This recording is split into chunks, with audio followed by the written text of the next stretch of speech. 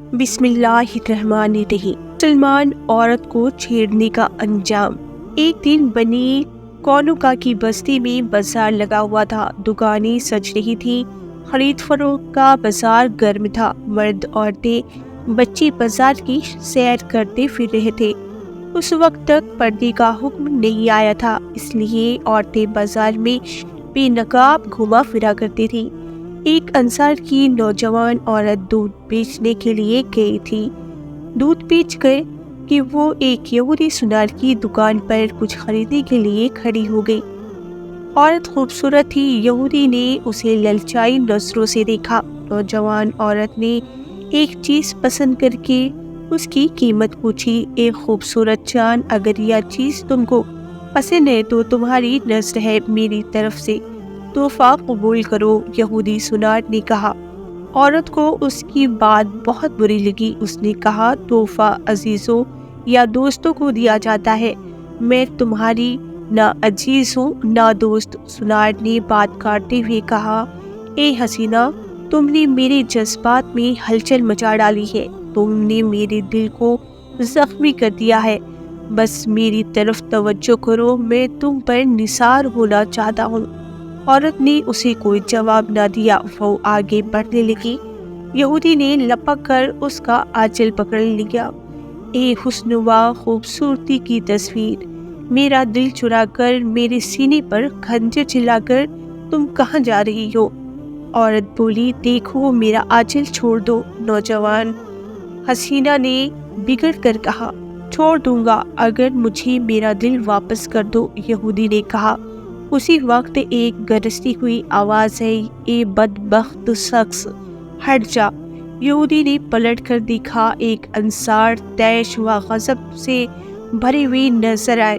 انہوں نے کہا، عورتوں کو چھیڑنا شرافت کے خلاف ہے، یا کمینے لوگوں کا کام ہے۔ اس حسینہ نے میری چیزیں چرا لی ہے، میں اسے نہیں چھوڑ سکتا۔ یہودی نے کہا، یا جھوٹ بولتا ہے۔ عورت نے کہا۔ اس بیچ بہت سے یہودی جمع ہو گئے، بتاؤ اس نے کیا چیزیں چرائی ہے؟ انصار نے کہا۔ اتنے میں ایک یہودی نے انصار پر حملہ کر دیا اور بولا، تمہاری یا جرأت کہ تم ہمارے محلے میں، ہماری بستی میں اور ہمارے بازار میں آ کر ہماری قوم کے لوگوں کو دھمکا رہے ہو۔ انصاری نے بھی جلدی سے تلوار کھینچ لی، لیکن اس سے پہلے کہ وہ تلوار بلند کر کے یہودی کی تلوار اس کے سر پر پڑی، سر سے خون بہنے لگا۔ جس طرح زخمی شیر غضبناک ہو جاتا ہے، ویسے ہی انصار بھی گھائل ہو کر غضبناک ہو گئے۔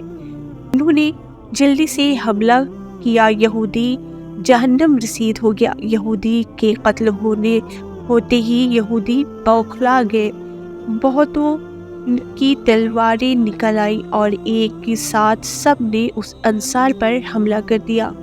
انصاری صحابی زخمی ہو کر گرے اور شہید ہو گئے۔ نوجوان حسینہ بڑی زور سے چلائی، مسلمانوں، آج تمہاری عزت خطرے میں پڑ گئی ہے۔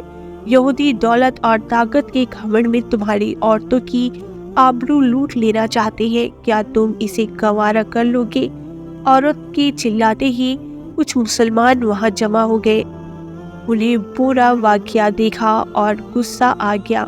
اگرچہ وہ تھوڑے تھے، بہت ہی تھوڑے، آٹے میں نمک کے برابر۔